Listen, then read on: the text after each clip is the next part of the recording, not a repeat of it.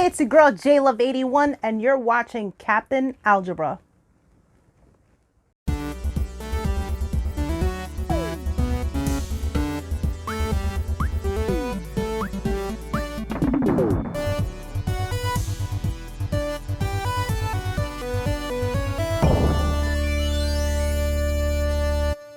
Hey everybody, Captain Algebra here, and recently Jluv81 and ZapCristal made a video about the top 5 games they wish they had when they were kids. They made an open invitation for anyone that wanted to make a video, so I thought it'd be a fun video to make. So let's start off with a Gameboy game, Operation C.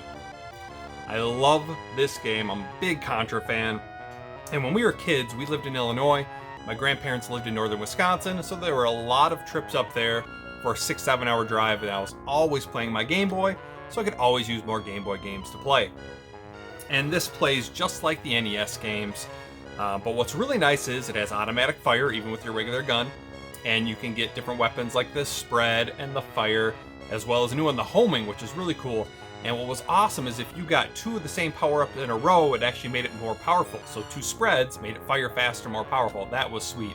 Just a fantastic game.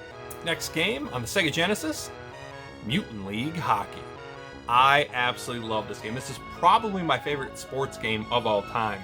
And the only time I ever got to play it was on my uncle's Sega channel, but those didn't stay on there for very long.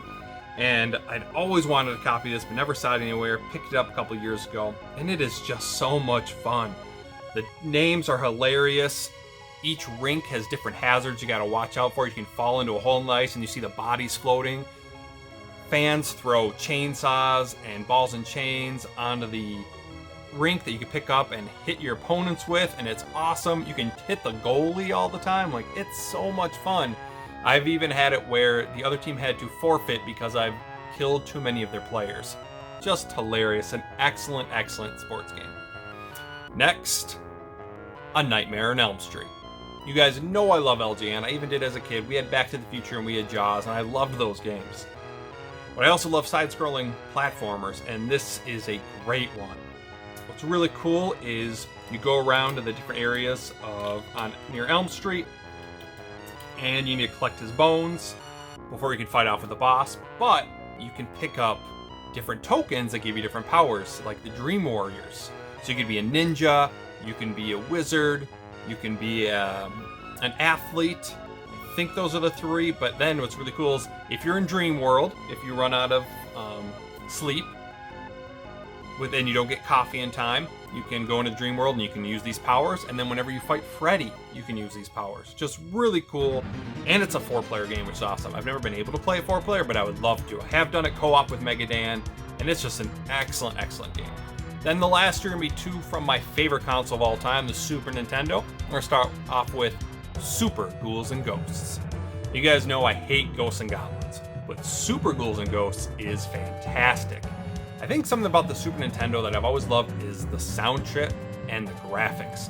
So the sound effects and the music of this game are phenomenal. I love when things blow up. It's just really cool. I've always enjoyed finding the hidden chests, and once you find the pattern of how chests go, you know, you get a weapon, then you get the green armor, then the gold armor, then a shield and stuff. It really makes sense, and it's pretty easy to figure out. Now, the game overall is not as difficult as Ghosts and Goblins. However, the final boss, or the second to last boss, is very difficult since you have to use the Goddess Bracelet. But so many cool weapons. I know everyone loves the knife. I happen to love the bow and arrow just because it hits, you can shoot up at an upward trajectory, but just an excellent, excellent game. And if you like Ghosts and Goblins, you got to check that one out. And finally, there's got to be 2 Contras on this game.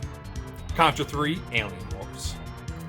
I've said it before, huge Contra fan, but the only ones my brother had and I had growing up was Contra, Super C, and then later on I did have Contra Legacy of War on the PS1. So I never had a chance to play this, and this is just phenomenal. I love how you could have 2 weapons at once and switch between them.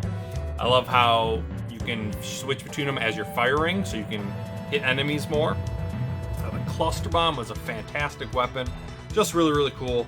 I don't love when games make you play in harder settings to be able to get the best ending, but, you know, this one's not too bad. Once you play hard a little bit, you catch on how fast the bullets move and stuff. But what's really cool also is I love the different types of levels in Contra games. Like in Contra 1, there's the base levels. In Contra 2, or in Super C, they're the top-down levels. And same thing this, you got the top-down levels in this one that are cool. Now, I don't love how you got to turn using the L and the R. Sometimes that screws me up a little bit, but there's some really cool levels, some phenomenal bosses, just an excellent game all around. So there you go, those were the top 5 games that I wish I had as a kid. Some great choices there, and I would love to hear what you guys have. So if you haven't watched Jluv video and ZapCristal's video, go check it out in the description below. Again, make your own video. If you don't want to make your video, just put in the comments your top 5 games you wish you had as a kid. As usual, thanks for watching. Until next time, this is Captain Algebra, signing off.